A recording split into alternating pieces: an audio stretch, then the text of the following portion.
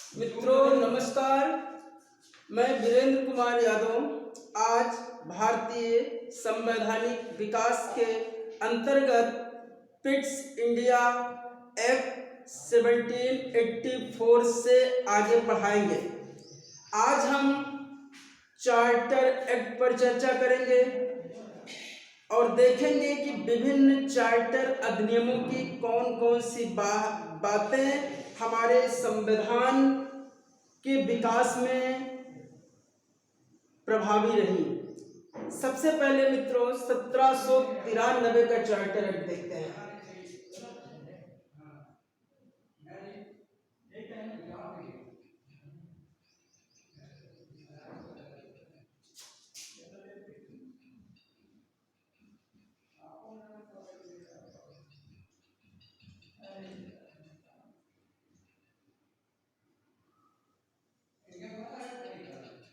देखिए मित्रों 1793 का चार्टर एक्ट भारत में लाया गया ये पहला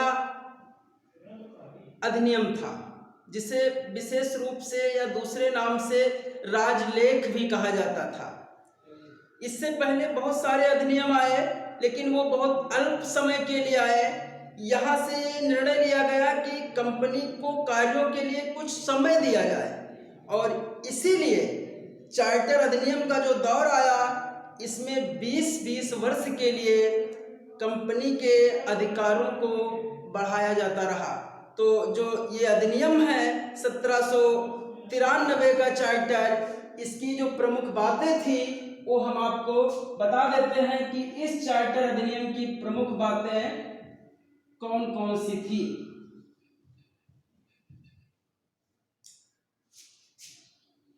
तो मित्रों हम इसको देख लेते हैं कि इस अधिनियम की कौन कौन सी बातें मुख्य रही। देखिए पहली बार तो जब ये अधिनियम लाया गया तो जो कंपनी थी, यहाँ अगर हम कंपनी लिखें तो आप ईस्ट इंडिया कंपनी समझेंगे। कंपनी के अधिकार को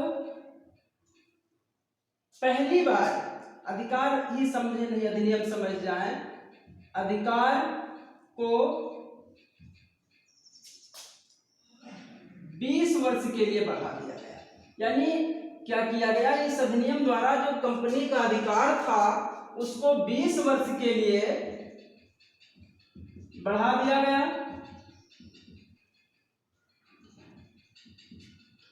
इस अधिनियम की जो दूसरी बात थी, इसे आप पहली मान लें, इसे दूसरी मान लीजिए।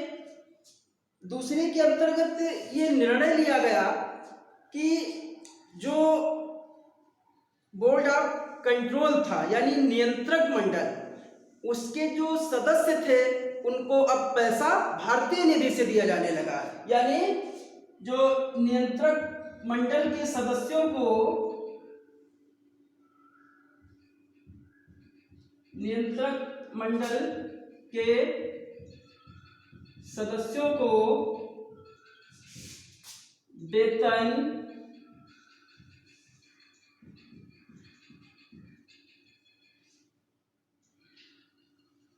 भारतीय राजकोष से दिया जाने लगा। ये बात ध्यान रखेंगे।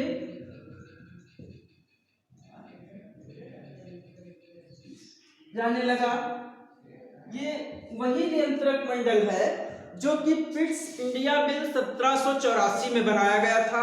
मैंने बताया था कि इसी के बनने से द्वैध शासन वहां पर लगा था, जिसकी चर्चा आप पिट्स इंडिया बिल में देख चुके हैं। और नहीं समझ में आता तो एक बार उस अधिनियम को पुनः देख लीजिए, पूरी बात क्लियर हो जाएगी। जो तीसरी इस अधिनियम की बड़ी बात थी कि इसके द्वारा ये निर्णय लिया गया कि जो प्रशासन है, जो गवर्नर जनरल के अधीन जो प्रशासन है, उसको संहिताकरण कर दिया जाए। यानी कि विधियों के माध्यम से, लिखित विधियों का प्रचलन कह दीजिए। यानी इसी अधिनियम के द्वारा लिखित विधियों का प्रचलन हुआ। लिखित विधियों का प्रचलन हुआ। यानी कि ये कहा गया कि इसकी बात में कि अब जो गवर्नर जनरल है वो लिखित विधियों का प्रचलन करेगा और इस विधि का जो व्याख्या करने का राइट है यानी उसको डिफाइन करने का राइट वो न्यायालय को दे दिया गया। कहा गया कि विधियों को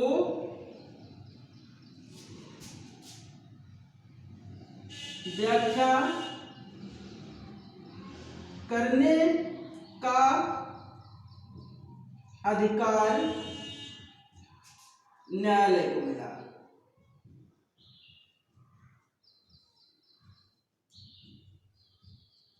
यहाँ पे ये चार बातें इस अधिनियम की याद रखिए, कोई भी एग्जाम हो इससे बाहर नहीं पूछेगा। सबसे पहली बात तो इस अधिनियम की सबसे इंपॉर्टेंट बात यह है कि पूछा जाए कि देश में पहला चार्टर अधिनियम किस वर्ष आया, तो 1793 में, जिसमें चार प्रमुख बातें हम आपको बता दिए। यानी कंपनी के शासन को 20 वर्ष के लिए बढ़ा दिया गया।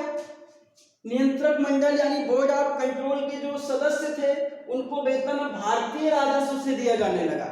ये वेतन पहले ब्रिटिश गवर्नमेंट देती थी, लेकिन अब इसका बोझ भारत पर पड़ा और लिखित विधियों का प्रचलन शुरू हुआ देश में और उन विधियों की व्याख्या करने का राय कोर्ट को दिया गया।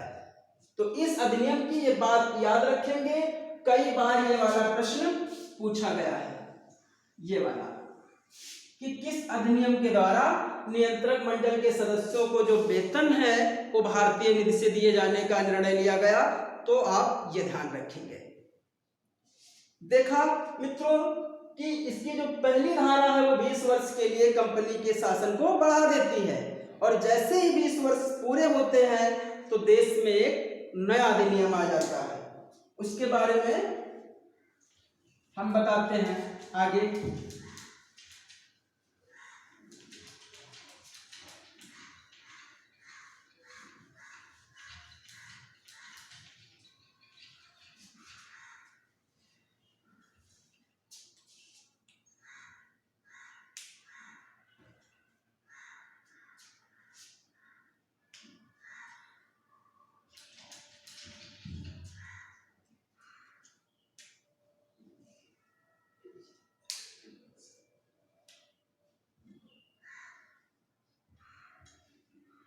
1813 का चार्टर अधिनियम।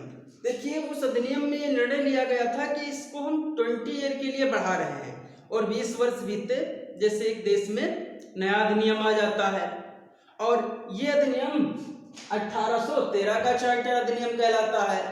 ध्यान आपको रखना है कि जो ये अधिनियम है, इस अधिनियम को लाने का जो उद्देश्य था वो क्या था, यानी क्यों लाया गया। देखिए पहली बात तो 20 ईयर बाद इसे आना ही था और तत्कालीन जो कारण था वो ये था कि जो ईस्ट इंडिया कंपनी थी उसके व्यापारिक एकाधिकार को समाप्त करना भी था, क्योंकि जो अन्य अंग्रेज लोग थे वो भी भारत के साथ व्यापार करना चाहते थे, लेकिन यहाँ व्यापारिक छूट उन्हीं को थी जो ईस्ट इंडिया कंपनी का लाइसेंस लिए हो। इसका अपने देश में यानी भारत में भी विरोध हो रहा था, इंग्लैंड में भी विरोध हो रहा था। दूसरी तरफ ईसाई मिशनरी भी भारत में आना चाह रहे थे और वो भी ज़्यादा से ज़्यादा स्वायत्त यानी ऑटोनॉमी चाह रहे थे कि हमें भी भारत में अपनी धार्मिक गतिविधियों को बढ़ाने का अवसर मिले। इसी उद्देश्य की पूर्ति हेतु इस अधिनियम को लाया गया। जब यह अधिनियम आया इसे 1813 का चार्टर अधिनियम कहा गया। इसकी जो प्रमुख बातें थी वो हम आपको बता देते हैं।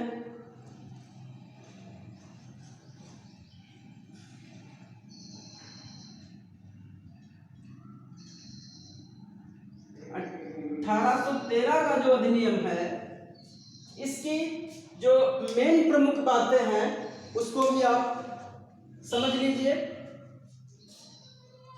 पहली चीज तो इस अधिनियम की जो पहली बात थी वो ये थी कि पुनः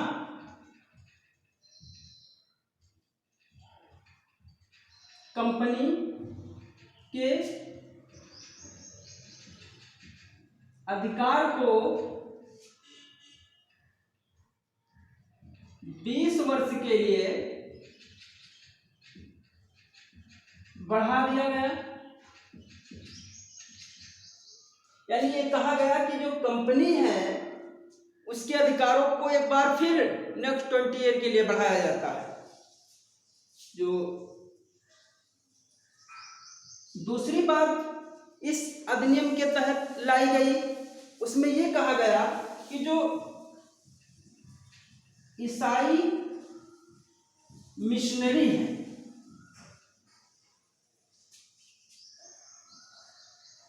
को देश में धर्म प्रचार की आजादी दी गई। यानी जो ईसाई मिशनरी वो भी चाहते थे कि हमें भी अपनी धार्मिक गतिविधियों को भारत में बढ़ाने का अवसर मिले, इसलिए उनको भी ये अवसर दिया गया। यानी ईसाई मिशनरियों को देश में धर्म प्रचार की आजादी मिली। जो तीसरी बात इस अधिनियम की है वो ये है कि जो कंपनी का व्यापारिक एकाधिकार था, कंपनी का व्यापारिक एकाधिकार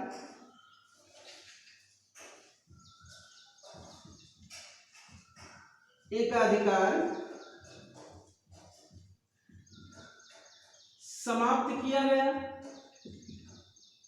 अब कंपनी का जो व्यापारिक एकाधिकार है वो समाप्त हो गया, लेकिन दो चीजों पर इनका एकाधिकार बना रहा। किस पे? एक तो चीन के साथ व्यापार पर, चीन देश के साथ, चीन के साथ व्यापार पर इनका एकाधिकार बना रहा, और चाय के व्यापार पर इनका एकाधिकार बना रहा। यानी इस अधिनियम के द्वारा जो कंपनी का व्यापारिक एकाधिकार है उसे समाप्त किया गया। कहा गया कि ऐसे भी लोग अब भारत में व्यापारिक गतिविधियों को शुरू कर सकते हैं, बढ़ा सकते हैं, जिनके पास ईस्ट इंडिया कंपनी का लाइसेंस भले ना हो, परंतु इन दो चीजों पर हम ही व्यापार करेंगे, चीन के साथ व्यापारिक और चाय पर। इन्हें औरों को छूट नहीं होगी। इसके बाद जो इस अधिनियम की अगली बात देख लीजिए, जो आगे चल के बड़ा विवाद का कारण बनी।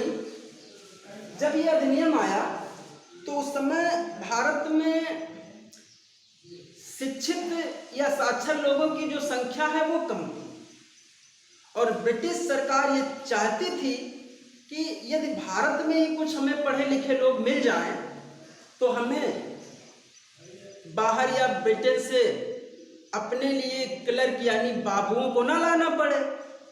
इसके दो फायदे थे, एक तो यहीं के लोग मिलेंगे,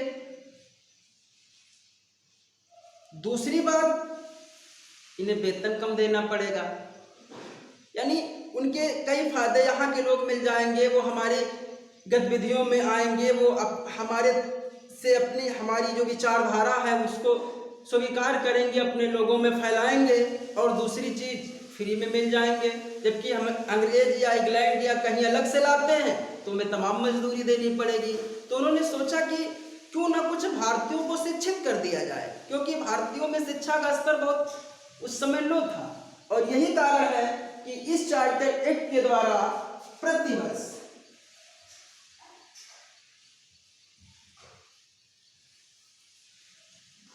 1,00,000 रुपये, 1,00,000 रुपये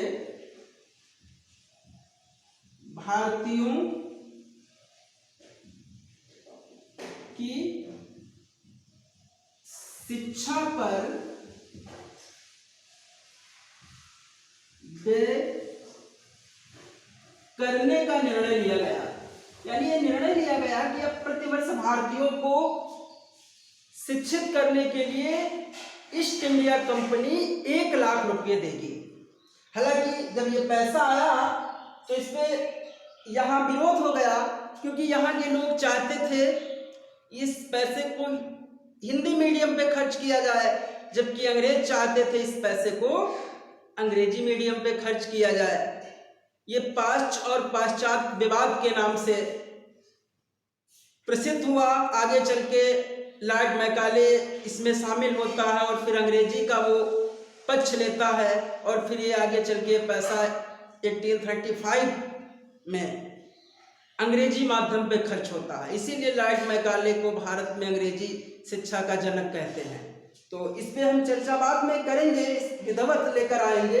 इसके बाद इस अधिनियम की जो नेक्स्ट महत्वपूर्ण बात है उस पे हम नजर डालते हैं, देखते हैं। इस अधिनियम के द्वारा ये कहा गया कि कलकत्ता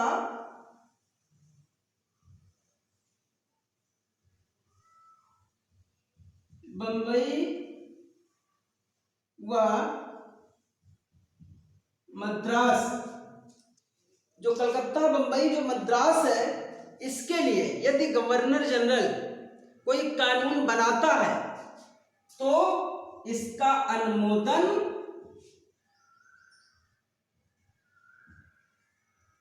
ब्रिटिश संसद द्वारा होना चाहिए। यानी ये बात कही गई कि इसका जो अनुमोदन है वो ब्रिटिश संसद के द्वारा होना चाहिए अगर कोई भी ये कानून बनाती है।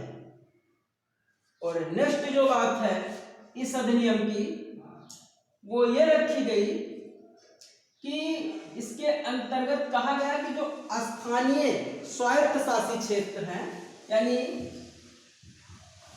स्थानीय स्वायत्त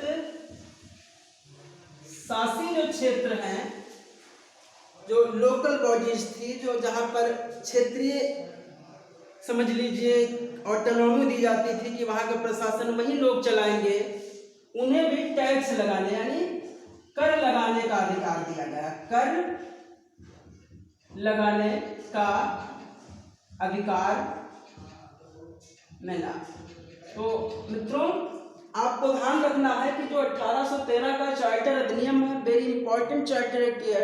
ये जो चार्टर एक्ट है इसका उद्देश्य क्या था मैंने आपको विधिवत समझा दिया है कि इसलिए लाया गया था कि कंपनी के व्यापारिक एकाधिकार को समाप्त किया जाए और ईसाई मिशनरियों की मांग को पूरा किया जाए। और इसकी जो प्रमुख बातें थी, कंपनी को 20 वर्ष के लिए बढ़ाया गया, ईसाई मिशनरियों को देश में धर्म के प्रचार की आज़ादी मिली, कंपनी के व्यापारिक एकाधिकार को समाप्त किया गया, परंतु चीन के साथ और चाय पर उसका एकाधिकार अभी भी बना हुआ है। और 1 लाख रुपये भारतीयों की शिक्षा पर खर्च करने का निर्णय लिया गया। ये पैसा विवादित हो गया कि किस माध्यम पे खर्च किया जाए। बाद में लॉर्ड मैकाले की अध्यक्षता में इस पैसे को अंग्रेजी माध्यम पे खर्च किया गया और निर्णय लिया गया कि इनके लिए अगर गवर्नर जनरल कोई विधि बनाता है तो फिर उसे ब्रिटिश पार्लियामेंट द्वारा अनुमोदित होना ही होगा। और कहा गया कि जो लोकल बॉडीज हैं या स्थानीय स्वायत्त शासी क्षेत्र हैं उन्हें टैक्स लगाने का भी अधिकार इसी अधिनियम के द्वारा दिया गया। देखिए मित्रों, बात यह है कि इसमें एक लाइन आई है, ये कहा गया है कि जो ये अधिनियम है इसकी धारा कहती है कि कंपनी का शासन पुनः 20 वर्ष के लिए हम बढ़ा रहे हैं। तो यानी तय हो गया था कि नेक्स्ट 20 ईयर बाद एक अधिनियम और आएगा, और जो अगला अधिनियम आया वो 1833 का चार्टर अधिनियम कहलाया।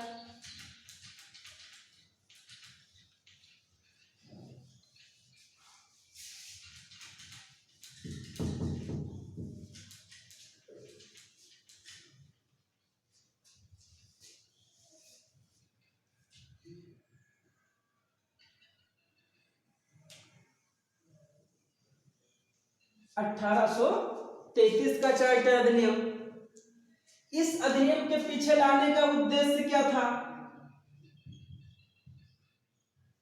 इसका उद्देश्य था तत्कालीन कि 1813 के अधिनियम की सफलता नहीं मिली, और ये कह दीजिए कि जो लक्ष्य थे वो हासिल नहीं हो पाए, उसको पूरा करने के लिए के उद्देश्य से इस अधिनियम को लाया गया।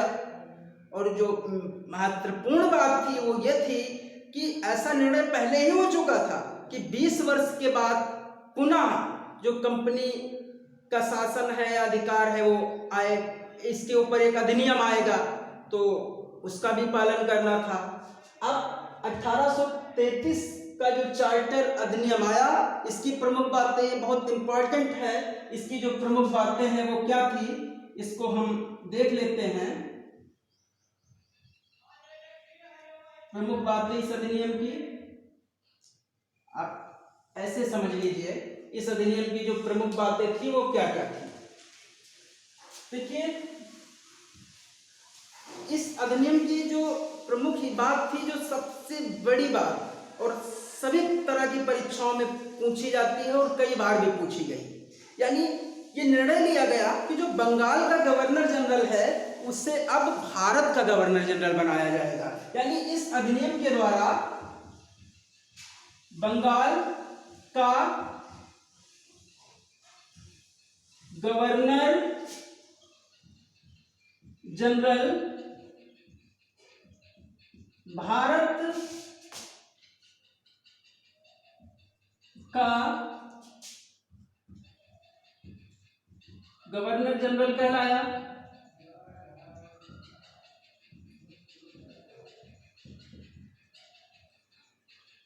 यानी बंगाल का गवर्नर जनरल अब भारत का गवर्नर जनरल। मैंने बताया था कि 1773 के अधिनियम में निर्णय लिया गया था कि बंगाल में एक गवर्नर जनरल जो वारेन हेस्टिंग बनाया गया था, अब यहाँ पे नाम बदल दिया गया, कहा बंगाल नहीं, बंगाल का गवर्नर जनरल भारत का गवर्नर जनरल कहलाएगा। तो अब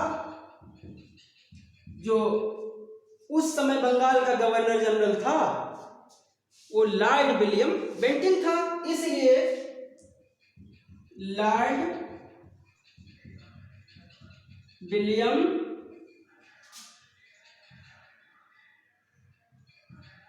बेंटिंक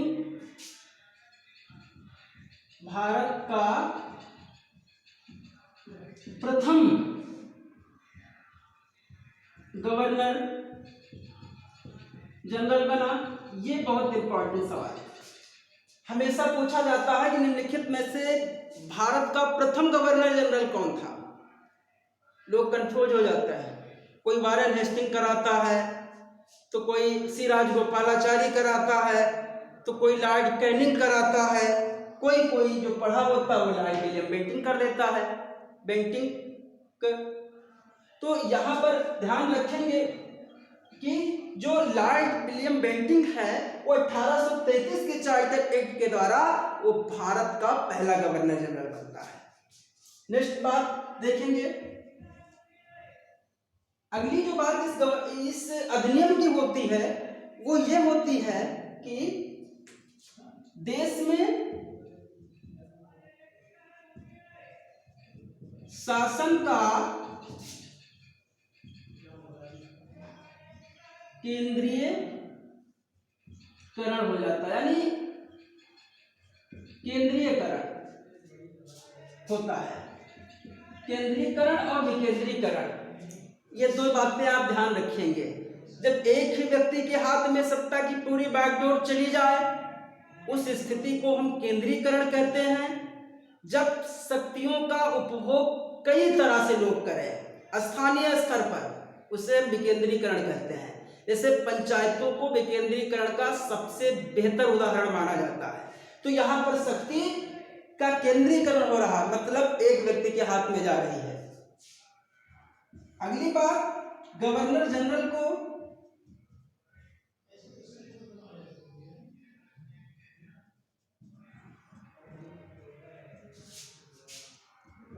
प्रांतों के लिए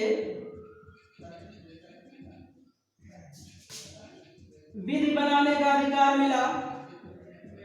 विधि बनाने का अधिकार मिला, यानी कि जो गवर्नर जनरल थे उन्हें प्रांतों के लिए विधि बनाने का अधिकार मिल गया, और जैसे प्रांतों के लिए विधि बनाने का अधिकार मिला, केंद्रीयकरण की शुरुआत हो गई। तो इस अधिनियम की ये चार बातें याद रखना। अगली बात हम आगे इसे बता